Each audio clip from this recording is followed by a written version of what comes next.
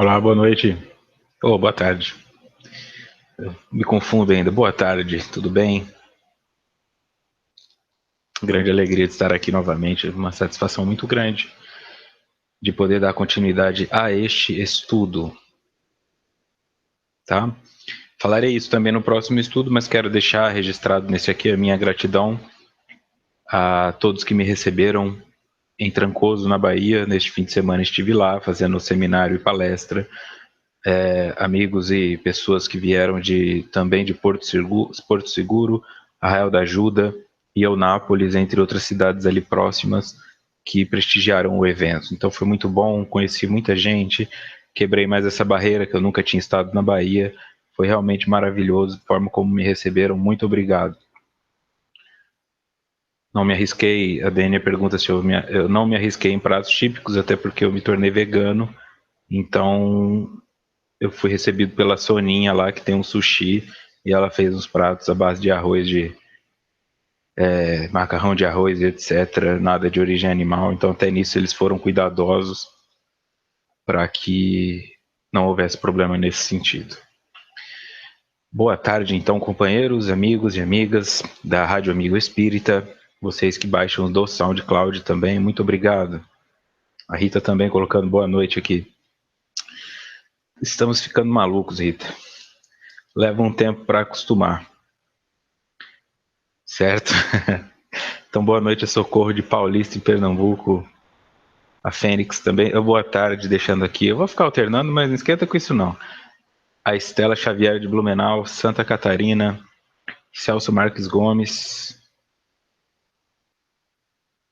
Sérgio Teixeira, sempre aqui, a Dênia, que eu acabei de falar, o Ricardo Fernandes, a Helenice Laureano, Barra do Garças, Mato Grosso, o Ricardo é do Rio de Janeiro, Rosita Xavier também, Estela Xavier, me confundo, não sei qual Xavier eu já falei. A Janete de Tijuca, Santa Catarina, a Cristina de São Mateus, no Espírito Santo, a Eliane Botazo, seja bem-vinda, a Elisa Cruz. Tem a Tânia Quereghini, a Rita de Cássia aqui também, que eu já disse, Márcia Magalhães, de Belfort Roxo, no Rio de Janeiro. É isso, Márcio Viana Machado Filho também aqui. A Ângela Jação, namastê, namastê. Rosiane Pinheiro, Silvio Silva. O Silvio deixou um artigo lá na Rede Amigo Espírita, hein? Tá começando a produzir uns materiais para nós aí. Quem tiver oportunidade, entrar lá no site da Rede Amigo Espírita, ele escreveu um texto bem legal, tomando como base esses estudos e as experiências pessoais. Tá? Quem se sentir encorajado também, entra lá no site da Rede Amigo, você faz o teu perfil, é como se fosse um Facebook, só que só com conteúdo espírita, e aí você tem liberdade também para colocar seus artigos, seus pensamentos, suas reflexões, vai ser aprovado pelo José Aparecido, se encaixar no que está sendo buscado pela rede, seu artigo será publicado e aí outras pessoas terão acesso. É uma boa maneira de passar adiante o conhecimento. Este é o estudo da obra Triunfo Pessoal, escrita por Divaldo Franco e Joana de Ângeles, realizado pela Rede Amigo Espírita, e eu sou Vitor Antenori Rossi.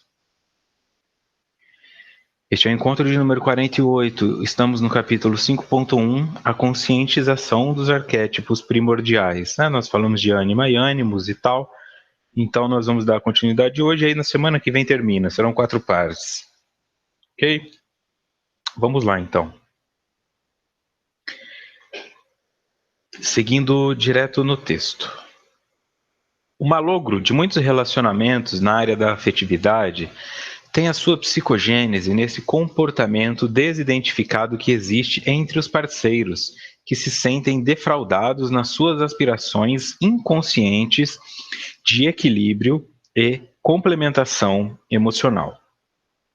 Para quem não se lembra, nós estávamos falando da projeção também, né? Então, quando eu tenho o desenvolvimento mais no sentido da ânima, que é o feminino, eu vou procurar, se eu sou homem, eu vou procurar uma mulher que é mais ânimos, masculina, e vice-versa, entre todos os fatores aí. A ânima, então eu sempre vou buscar no outro aquilo que falta em mim, aquilo que é complementar a mim. Tá? Então é isso que está sendo falado aqui já nesse slide. O malogro de muitos relacionamentos na área da afetividade, tá? Está falando de relacionamentos por lado romântico também, tem a sua psicogênese, ou seja, a sua formação psicológica, a sua formação mental nesse comportamento desidentificado que existe entre os parceiros, que se sentem defraudados nas suas aspirações inconscientes de equilíbrio e complementação emocional. Né? Então, o que isso quer dizer? Quer dizer que nós somos movidos, nossas aspirações, nossos movimentos no mundo são dados muito pelas nossas sensações, né? Pelos nossos sentidos básicos. Então, o fato de eu ter nascido com o gênero masculino, de eu ser um homem, me faz acreditar que toda mulher vai ser feminina e faz as mulheres acreditarem que eu sou masculino, no sentido de ânima e ânimos de energia psíquica. Quando eu projeto isso, então se eu sou extremamente masculinizado, ânimos, então eu vou procurar uma mulher ânima, porque é o que me falta. Mas eu posso olhar para uma mulher e falar, essa mulher é bonita, me interesso por ela, mas aí ao longo do relacionamento, no dia a dia, quando nós começamos a namorar, depois que nós começamos a morar juntos, talvez eu perceba que não há essa complementação, que na verdade nós somos parecidos. Então há muito mais conflito do que cooperação. Tá? Então é isso que está sendo dito aqui. Sentem defraudados nas suas aspirações inconscientes de equilíbrio e complementação emocional. Quer dizer, você é uma fraude. Eu fui atrás de você porque você é uma mulher, imaginando que você seria feminina e na verdade você é masculina, tá? Aqui nós não estamos falando, sempre lembrando isso, nem de hétero, nem de homo, nem de nada disso. É a energia. Tá? É se a pessoa é mais voltada para o campo das emoções ou do racional, que direciona mais a vida dela. Se é uma pessoa mais militar, ou uma pessoa mais pragmática, ou uma pessoa mais emotiva, sensitiva. Então, se eu sou sensitivo e me envolvo com uma pessoa sensitiva, no começo pode ser muito bom, mas a tendência, e isso é inconsciente, tá? Aspirações inconscientes, é que comece a faltar aquela coisa assim, o homem da casa. Aqui dentro de mim, falta o homem da casa. Eu tenho a mãe bem desenvolvida, o feminino bem desenvolvido, mas o masculino não. Ou porque o meu pai é ausente, ou porque meu pai era uma figura repressora e eu não quero ser igual a ele, mas o meu masculino não se desenvolve de igual forma. Então fica aquela casa que não tem a mulher da casa ou que não tem o homem da casa. Sempre lembrando numa representação simbólica, tá? Não levar isso para o lado machista ou feminista de que um é melhor que o outro. Os dois precisam estar presentes dentro do indivíduo, as duas energias, ok? Então, segundo Joana, a maioria dos relacionamentos acaba porque depois de um tempo os dois se dão conta disso e aí começam a cobrar do outro. Ah, você tem que fazer tais coisas, eu espero isso de você, por que você não fez isso para mim? Desde vai buscar um copo d'água para mim, ou passa na volta do trabalho e me traz um cachorro quente, e eu sempre esperando que o outro faça por mim, enfim. Aí vai tendo essas trocas até chegar em níveis maiores, né? Em alguns casos, quando o filho nasce, aí fica aquela briga, entendeu? Então é nesse sentido que Joana está falando aqui.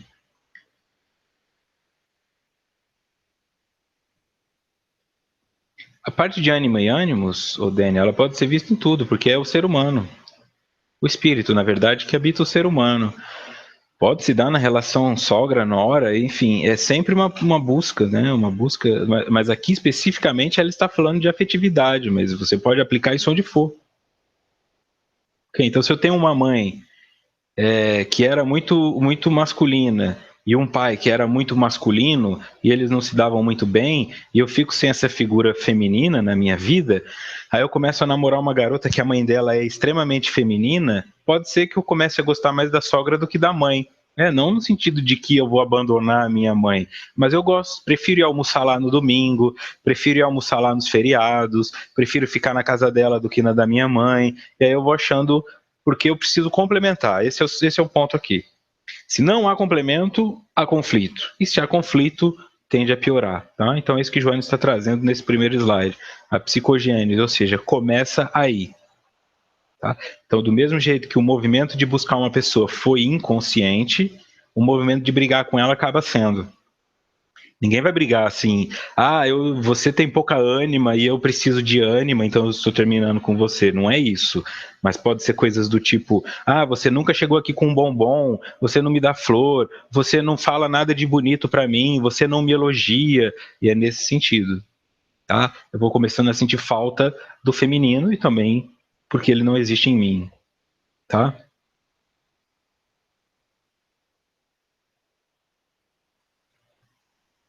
É isso aí. O Emerson também chegando aqui de Belém do Pará. Maís Oliveira, Regina Selle. Ok.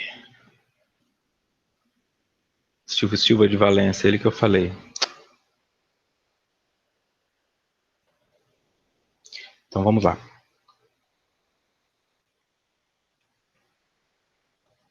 Seguindo. A integração dos conteúdos ânimos, parcial que seja, proporciona melhor capacidade para lidar com a realidade das demais pessoas, tanto quanto da própria psique. Tá? Integração dos conteúdos. Você tem que ter os dois. Não adianta essa briga de macho e fêmea, porque isso é primitivo, isso é do corpo físico, né? Quando nós ficamos brigando por macho e fêmea, machismo e feminismo, isso ainda é aquela coisa do programa Show da Xuxa, meninos contra meninas, né? Quem se apega ao espírito sabe que o espírito não tem sexo, então não fica aí brigando por empoderamentos ou desempoderamentos, porque isso reflete apenas o gênero, né? Uma questão biológica que é muito pequena para aqueles que são espiritualistas. Isso deveria ser uma integração mesmo. Uma integração. A reintegração do feminino, né? Não só na questão do social, de que as mulheres ganharem o mesmo tanto que o homem, mas uma reintegração do feminino em nível existencial da figura masculina. Um homem poder beijar o outro no rosto sem que isso seja um problema, um pai poder beijar o filho, dois amigos poderem andar abraçados, né? Você tem garotas que na adolescência andam de mãos dadas, andam com o braço colado um no outro e ninguém fala nada, mas se dois rapazes quiserem fazer isso, não pode. Então é dentro do masculino que isso precisa ser desconstruído, uma integração do feminino. Enxergando esse feminino em si, ele será capaz de enxergar o masculino na mulher, né? O que acontece?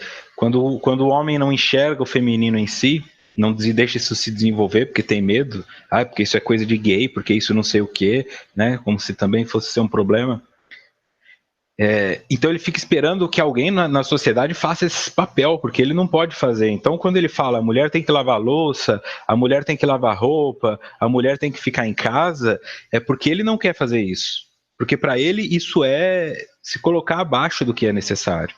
É inferiorizar a sua função no mundo. Quando ele integra esse papel e ele entende que a louça todo mundo tem que lavar, a casa todo mundo tem que lavar e a roupa também, isso não é mais necessário que a mulher faça na visão dele.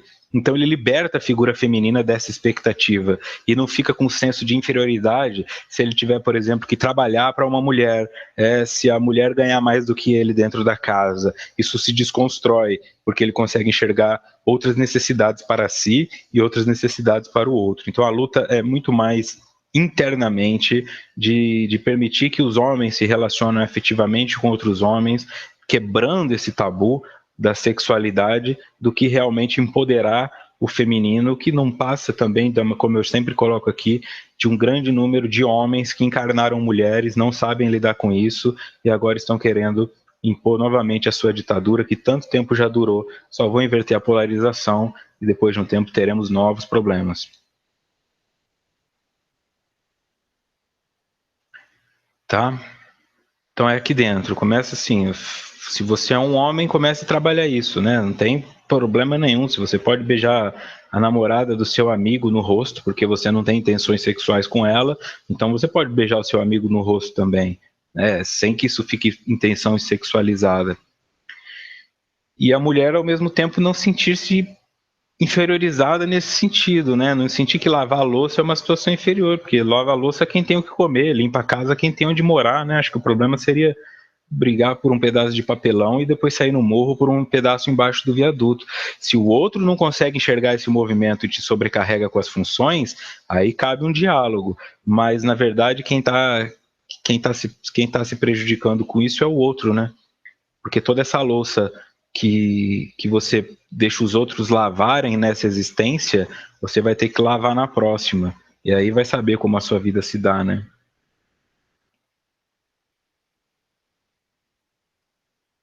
Tem que haver um equilíbrio, uma libertação. Quando há essa integração, parcial que seja, proporciona melhor capacidade para lidar com a realidade das demais pessoas. Aqui entra o que a Dênia perguntou: sogro, sogra, filho, filha, patrão, empregado, tanto quanto da própria psique. Eu fico mais à vontade comigo, porque eu não tenho mais esse bloqueio, há uma integração. Havendo a integração, eu não tenho que ficar projetando no outro. E aí eu não vou procurar uma namorada ou um namorado porque ele tem o que me falta, mas porque eu preciso de uma companhia para apreciar a vida. Seguindo, multiplicam-se os casos nos quais as parcerias psicológicas são responsáveis pelos sucessos e desastres emocionais entre os indivíduos. Parcerias psicológicas, esses relacionamentos que se formam são responsáveis pelos sucessos e desastres emocionais entre os indivíduos. Tá? Quer dizer, os dois seres que estão ali, que eu chamo de pessoa física. Você tem um casal, o casal funciona como uma pessoa jurídica, né? O casal funciona como uma pessoa jurídica. Chegou a Mari Torres aqui, a Fátima Soares também. Então vamos supor que a Fátima seja casada com o Ricardo. Aí a Fátima chega no local, as pessoas já perguntam: Fátima, cadê o Ricardo? Então, quer dizer, fica um CNPJ, né, uma pessoa jurídica. Dentro dessa pessoa jurídica tem os dois indivíduos, que são as pessoas físicas que eu chamo aqui. A Fátima como ser e o Ricardo como ser. Além disso, eles têm os papéis de pai, de mãe, de filho, de profissional e etc. Mas o indivíduo se altera. Então, quer dizer, o que esse slide aqui nos mostra? Que o relacionamento atual, quando ele não é embasado por questões de amadurecimento, mas sim por essa projeção de sombra, ele pode ser sim uma causa atual de aflição. Como tem lá no Evangelho, causas anteriores das aflições, que vêm de vidas anteriores, e causas atuais das aflições. Então você está construindo inconscientemente um novo problema que vai se mostrar lá na frente, que você não teria se tivesse ficado sozinho, sozinha. Né? Não estou indo contra o relacionamento. Eu estou apenas pedindo que pensem sobre os motivos que te levaram a se relacionar. Ah, deu sábado à noite, estou sozinho em casa, ninguém me ama, vou sair. Se alguém olhar no meu olho e falar você é bonito, amanhã eu estou usando aliança. Isso não é um motivo com grande chance de ter sucesso lá na frente. Pode acontecer, mas é mais chance de fracasso. Aí você fica com uma pessoa ciumenta, que começa a te seguir, que começa a te moldar, isso vai te deixando ansioso, ansiosa, e quando você se dá conta, você está com um problema maior do que era a solidão que te fez entrar nessa relação, mas também não consegue sair dela porque já desenvolveu algum apego. É nesse sentido que eu estou falando aqui. O relacionamento, ele tem que servir para nos lapidar em sentimentos positivos e não para nos deformar, tá? Ele não pode ser o maior problema da minha vida. Se o dia inteiro eu passo pensando no meu namoro, minha bateria acabou, eu não posso responder minha namorada, se eu não responder ela vai ficar nervosa, e isso aí é uma doença mental, né? Porque o campo neurótico começa a te afetar. Você vai ficando adoecida. A pessoa já não consegue mais falar nada no ambiente de trabalho, mesmo que o namorado ou a namorada não estejam lá. Eu não posso falar nada, porque senão o que ele vai pensar? E vai se castrando, por vontade própria, às vezes, inconsciente, de querer a aprovação do outro, mas numa busca para fugir do medo da solidão. Né? Quando a solidão nada mais é do que você com você mesmo, com você mesma. Então, se você não consegue ficar sós consigo, ninguém vai conseguir ficar com você também. Esse é o ponto a ser pensado. Você consegue se relacionar positivamente com outras pessoas quando a solidão não te assusta mais, porque você compreende que a sua companhia é boa o suficiente para que você não saia em desespero procurando alguém.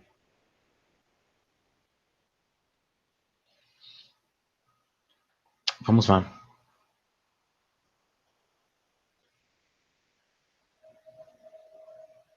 Ok.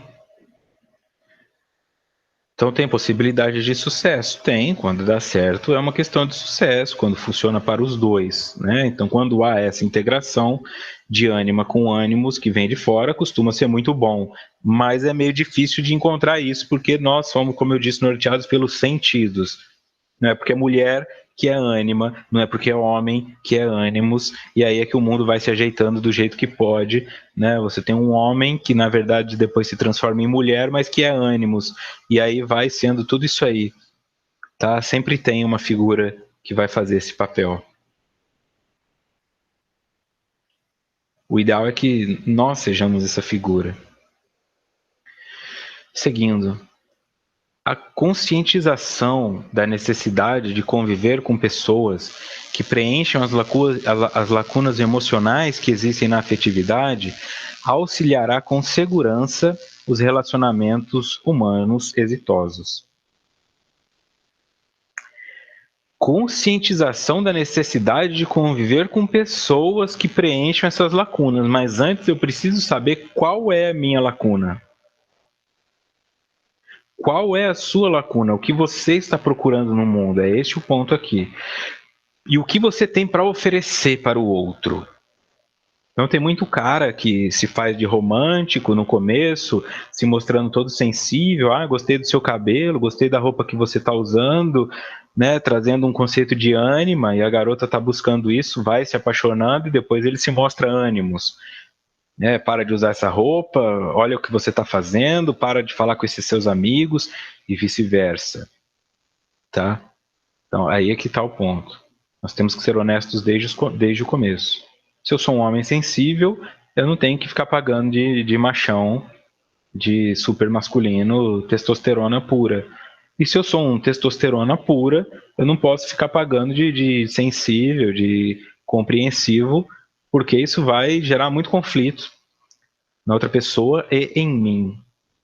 Tá? É sugerido não brincar com essas energias, é sugerido não manipular essas funções, porque você pode chegar a um ponto de não conseguir perceber mais com clareza o que é seu e o que é do outro. Então, quando eu me conscientizo dessa necessidade que eu tenho, eu auxilio na segurança dos relacionamentos humanos exitosos, né? E aí nós estamos falando de afetividade, mas vamos expandir. Você vai descobrir o que fazer no local que você frequenta. Se você frequenta uma academia, se você frequenta uma casa espírita, uma ONG, uma igreja, um templo, o que quer que seja que você frequenta, você precisa saber qual é a sua função lá. Qual é a sua função lá?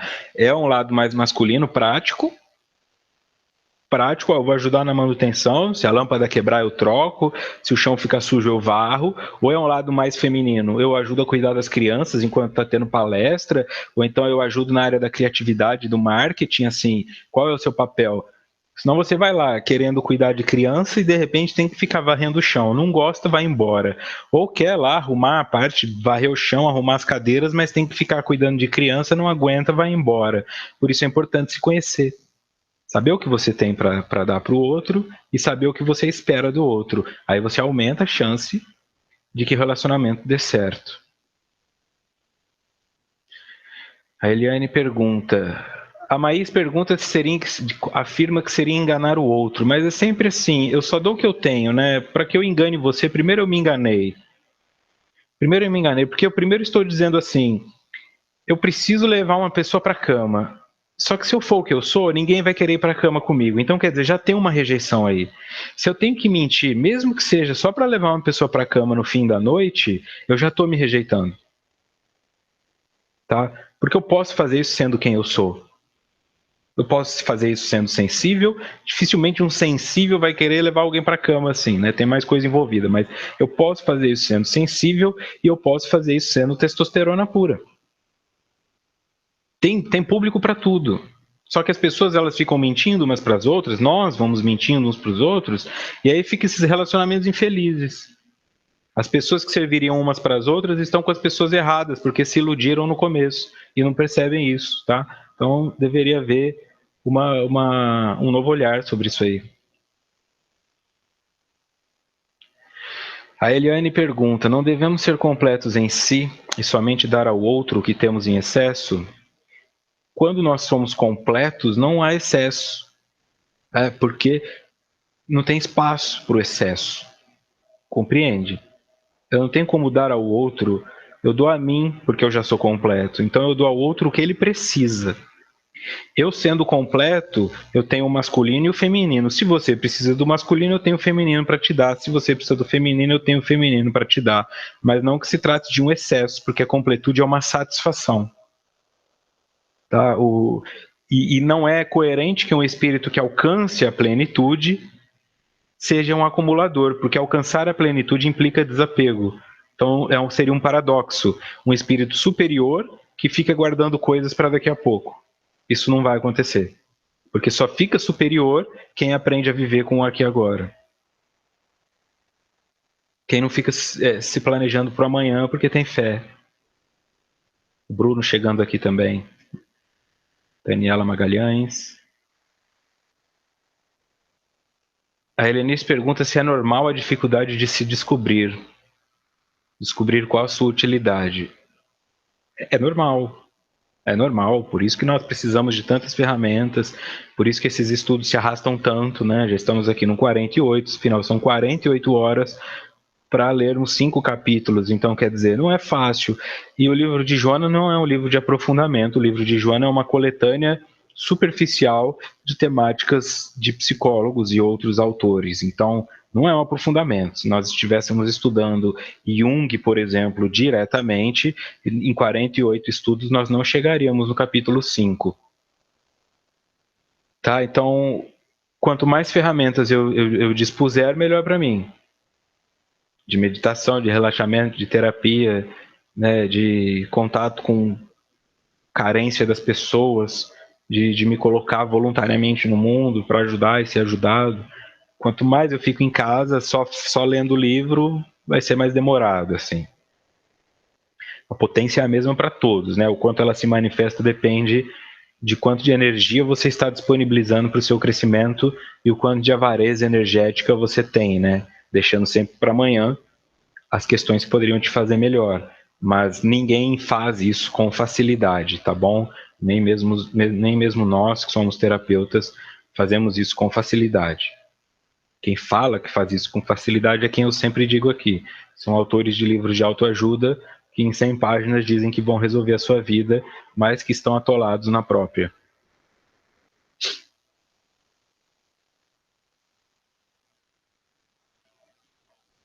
Seguindo.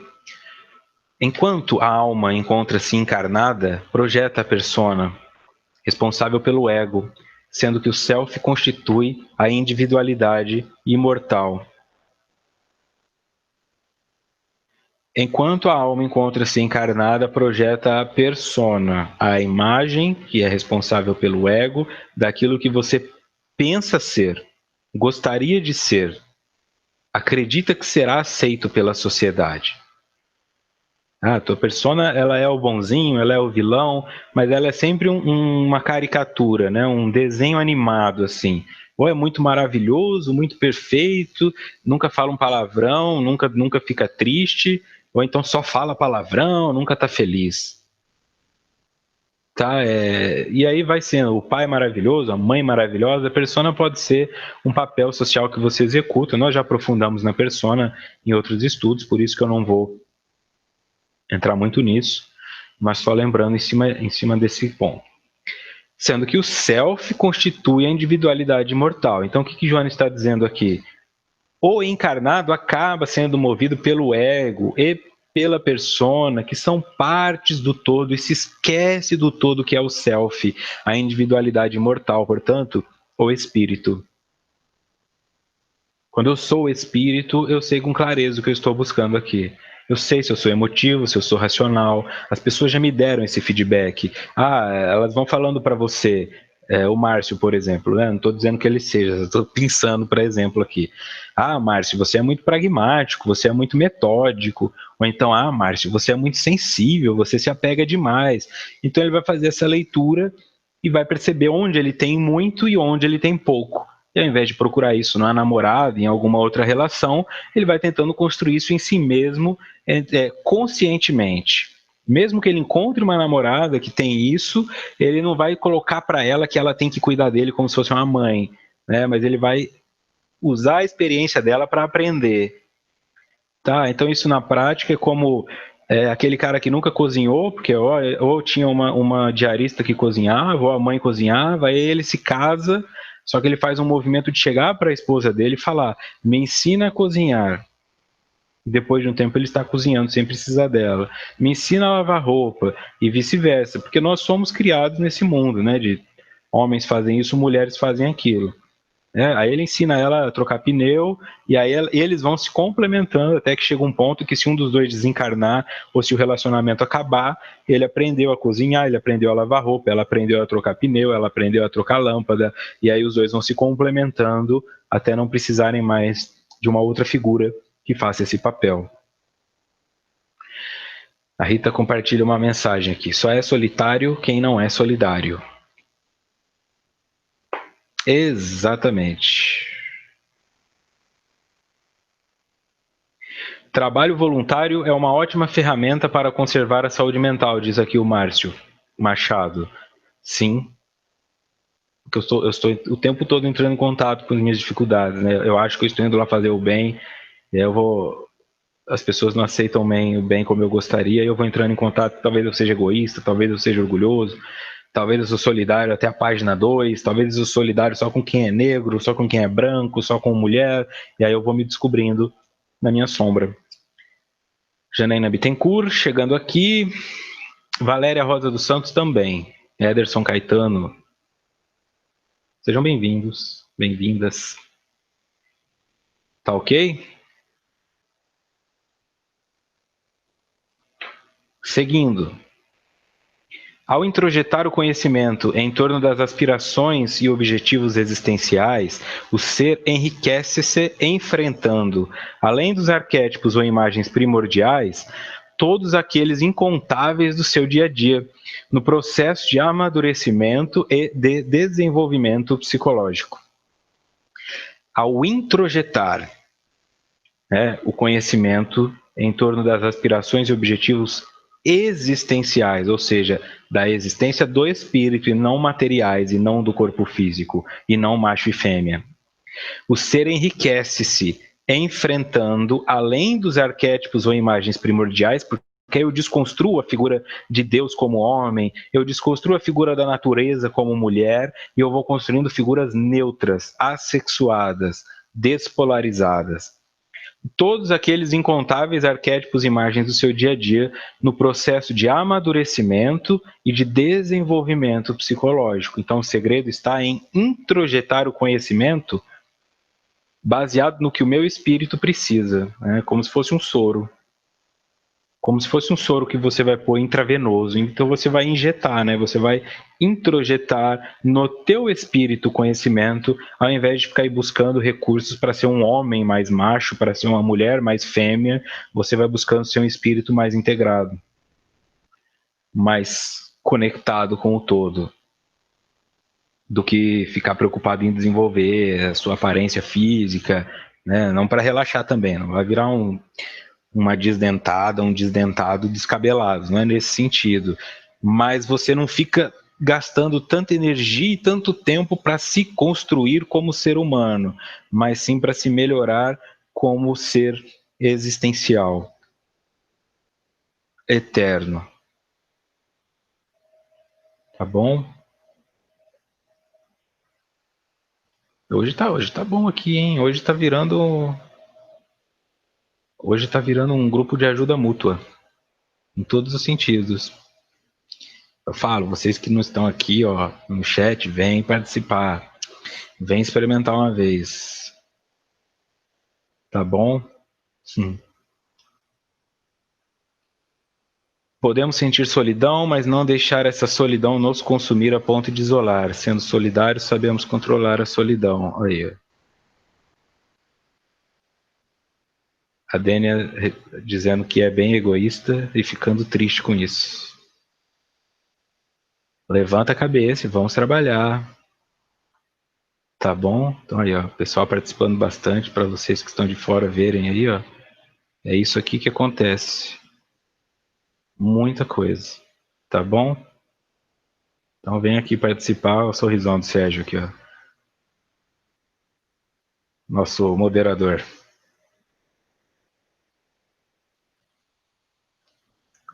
Bom, vamos lá. Seguindo então no texto.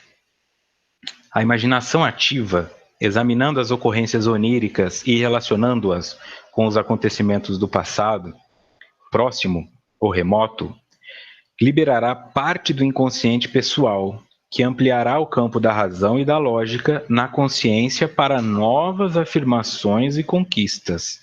Aqui o imaginação ativa está em negrito, como vocês sabem, porque haverá nota do expositor.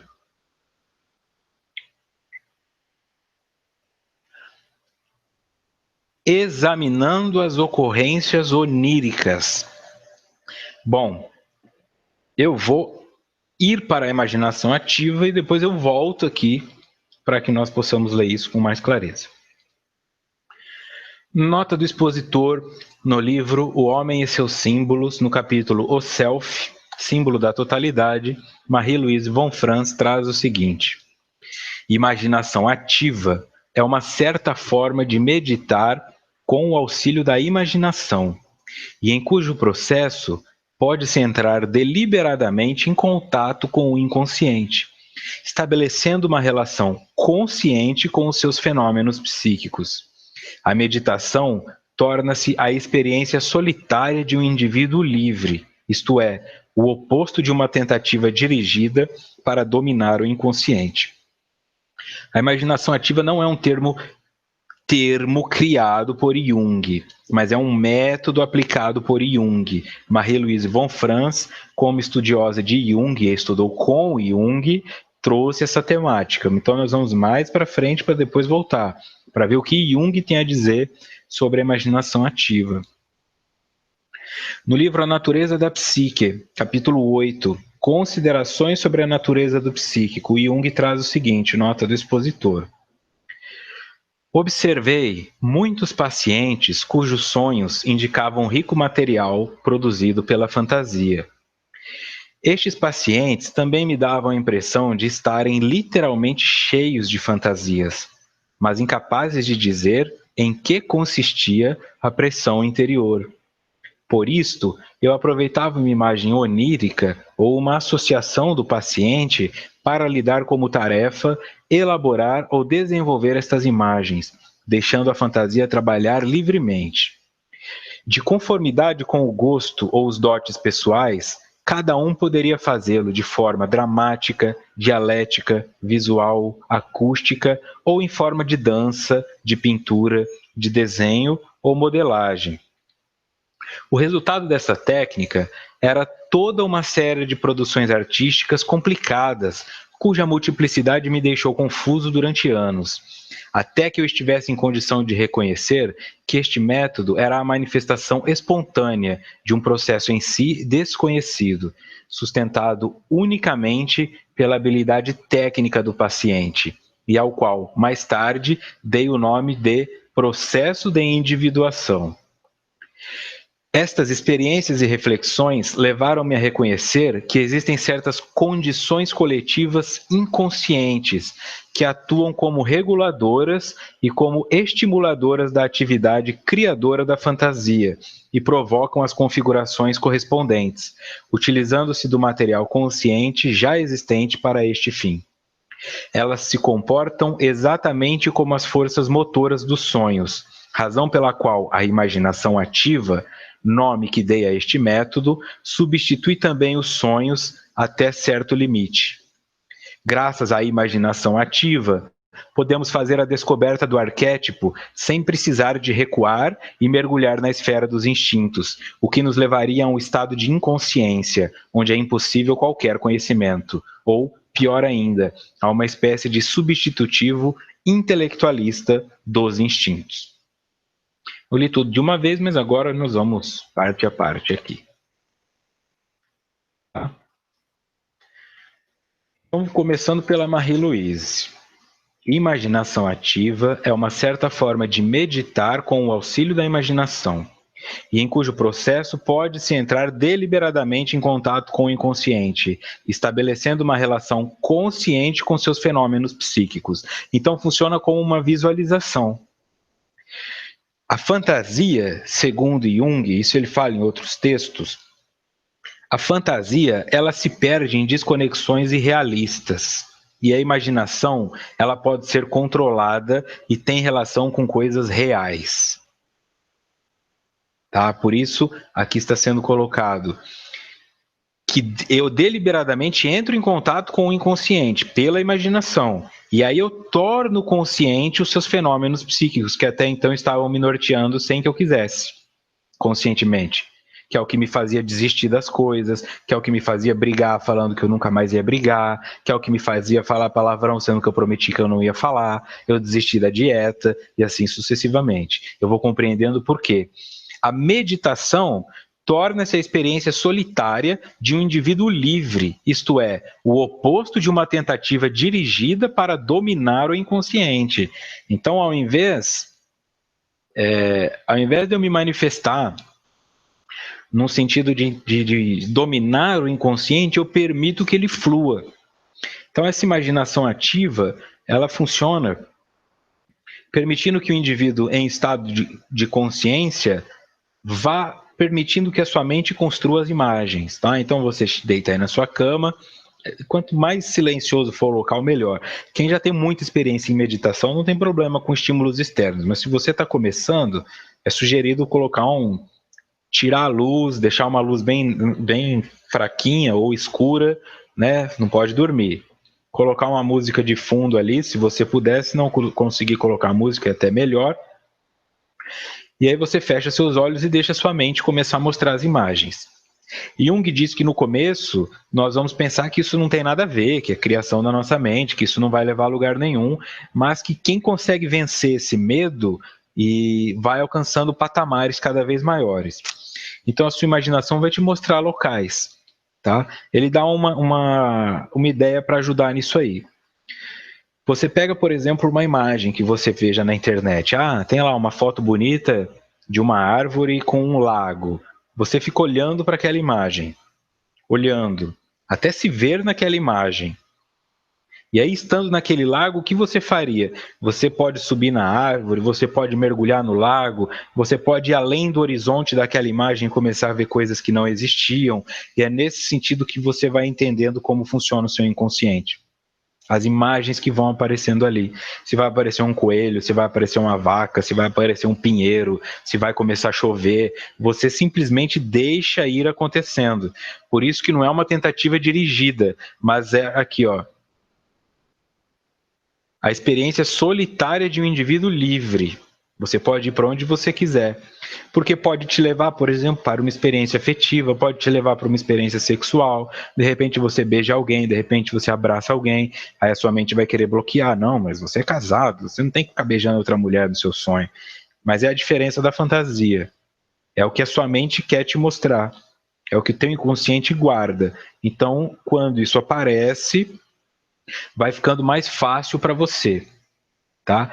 Então é por isso que ela é ativa. Você vai construindo a cena.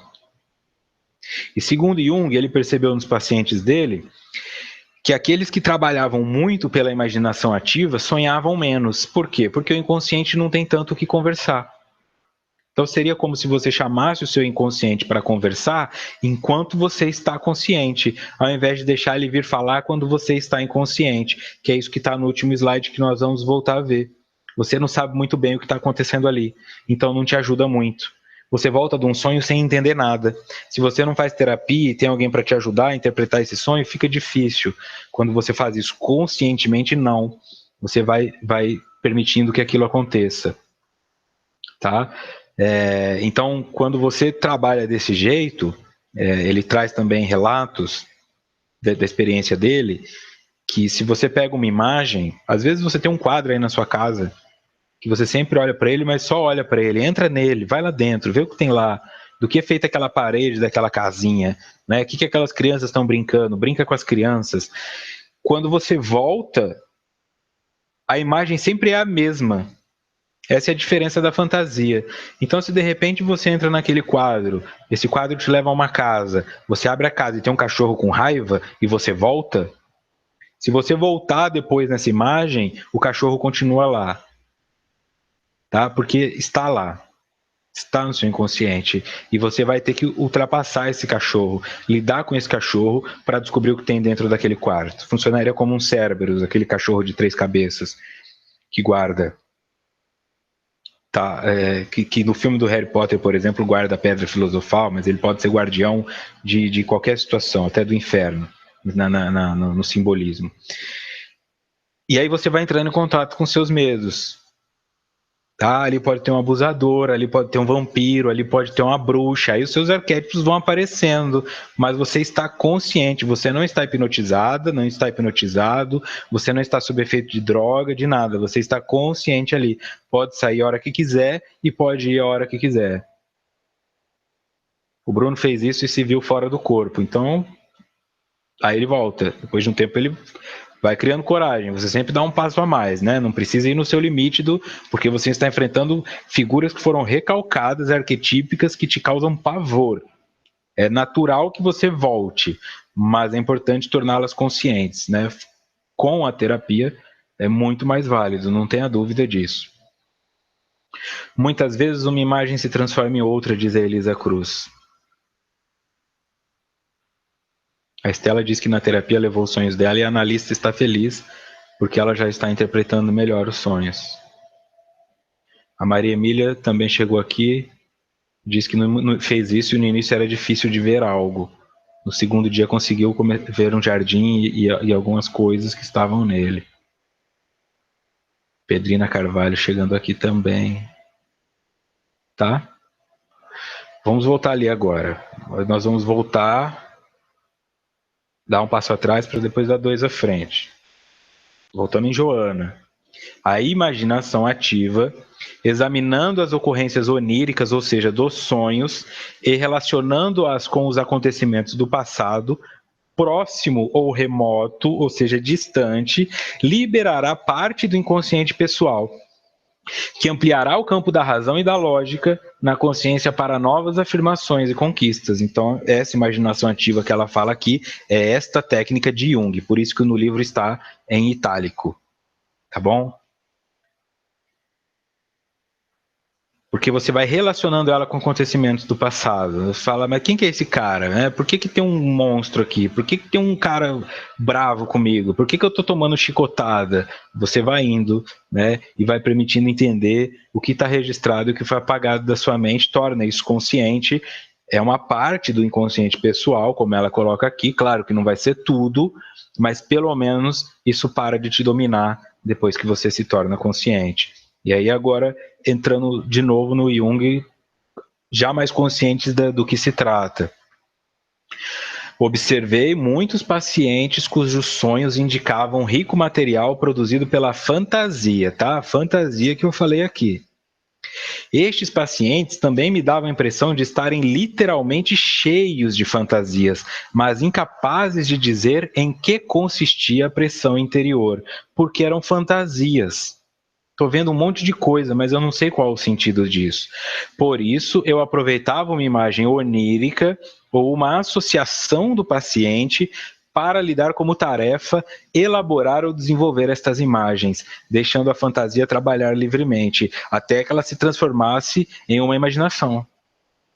Então pega este quadro, se você não tem um quadro na sua casa, pega esse sonho que você teve. Vitor, sonhei que eu estava cavalgando em cima de um jaguar. Montado em cima de um jaguar, do animal mesmo. Começa por aí. Frisa essa imagem como se ela tivesse pausado e dá o play. Vê para onde ele quer te levar. Ah, mas ele vai pular de um precipício dentro de uma cachoeira. Deixa ele pular.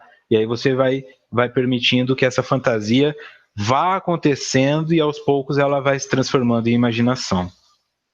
De conformidade com o gosto ou os dotes pessoais, cada um poderia fazê-lo de forma dramática, dialética, visual, enfim. Você pode compor uma música, fazer uma poesia, pode pegar argila e fazer uma massinha, você pode dançar, você pode fazer o que quiser. O importante é que você entenda como essa imagem está formada dentro de você.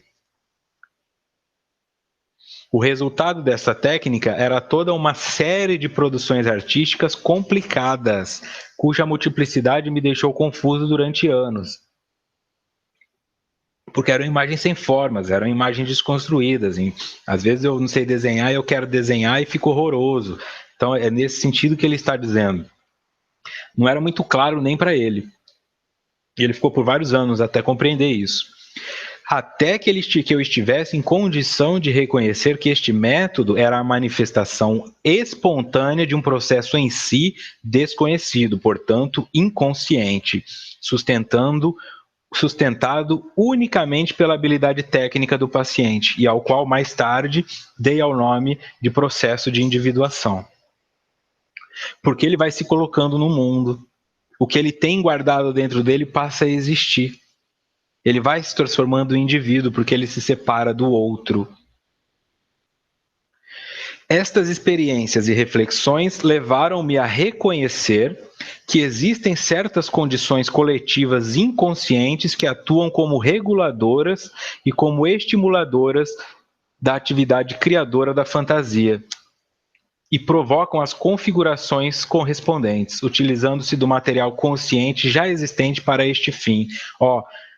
Reconhecer que existem condições coletivas inconscientes que também relacionam-se aos arquétipos, porque eles atuam como reguladores e estimuladores da atividade criadora da fantasia e provocam as configurações correspondentes. E o que utiliza para isso? O que está no seu inconsciente pessoal. Então a imagem arquetípica é a mesma para todos, mas como ela é preenchida, é determinado pelo meu inconsciente pessoal. Então se eu falar desenhe uma mãe, algumas pessoas vão desenhar uma fada e outros vão desenhar uma bruxa. Porque se eu tive uma mãe abusiva, eu preencho o arquétipo mãe com uma figura abusiva. E se eu tive uma mãe carinhosa, eu preencho o arquétipo mãe com uma figura carinhosa. O arquétipo é o mesmo para os dois, mas a figura que parte do inconsciente pessoal e o que o preenche é diferente para cada um. Elas se comportam exatamente como as forças motoras dos sonhos, razão pela qual a imaginação ativa, nome que dei a este método, substitui também os sonhos até certo limite. Porque a mente pode fazer isso voluntariamente, sem precisar te acometer durante o sono. Então, por isso que as pessoas paravam de sonhar tanto. É como se você deixasse a sua esposa ou seu marido falar, depois que ele não tem mais o que falar, ele fica em silêncio. Então, depois que o seu inconsciente falou tudo o que está na tampa, precisando sair, porque está te gerando pressão interna, ele para de falar. Graças à imaginação ativa, podemos fazer a descoberta do arquétipo, né? Descoberto, ou seja, ele está lá, coberto na sombra, mas ele está lá.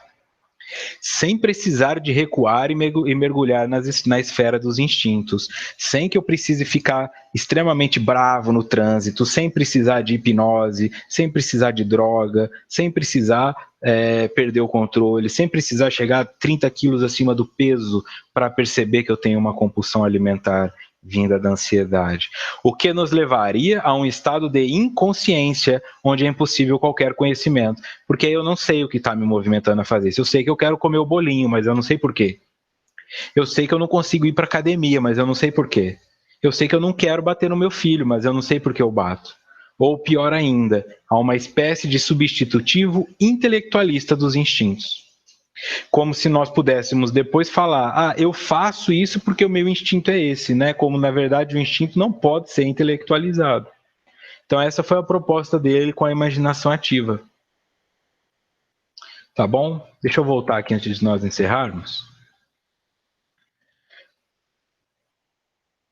Para propor isso. Tá?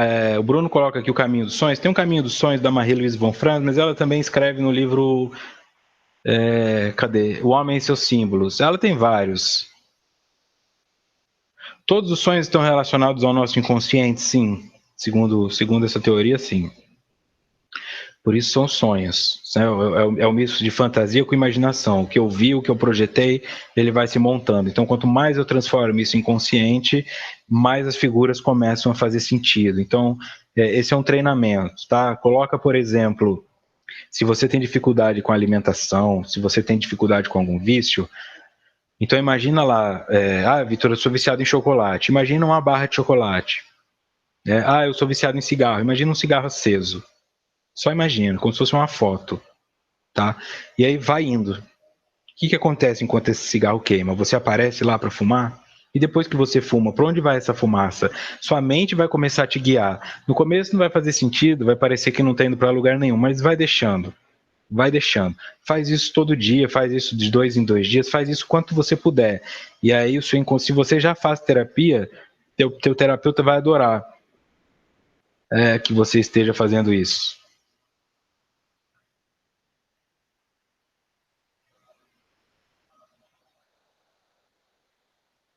Segundo o Espiritismo, então, segundo o Espiritismo também é o inconsciente, porque as minhas vidas anteriores também são inconscientes. Está lá no livro dos Espíritos, né? Nós não temos o poder de lembrar o que aconteceu em vidas passadas e nós não temos total consciência do que acontece enquanto nos desdobramos. Se você está enxergando o inconsciente como uma parte dentro do seu cérebro, aí jaz um erro. Inconsciente é tudo aquilo que eu não sou consciente. Então, se eu, durante o sono, saio um espírito e vou fazer coisa, mas não me lembro disso, é inconsciente. Tá? Por isso, é inconsciente para os dois. Se você não sabe o que é inconsciente. Tá? Se vem para sua mente, você tem contato com aquilo, é consciente. Tá? Mas não existe um local psíquico chamado inconsciente como se fosse uma área do cérebro. Tá? São apenas recônditos mentais que vão sendo criados pelo medo, por mecanismos de defesa, por fugas, por dificuldades de enfrentamentos que a sua mente apaga para te proteger. Então, para os dois não vai ser diferença. Então, veja para onde a sua mente te leva. Eu acho legal essa coisa quando você ia no pediatra costuma ter muito quadro assim de criança brincando, criança soltando pipa, um ursinho de pelúcia.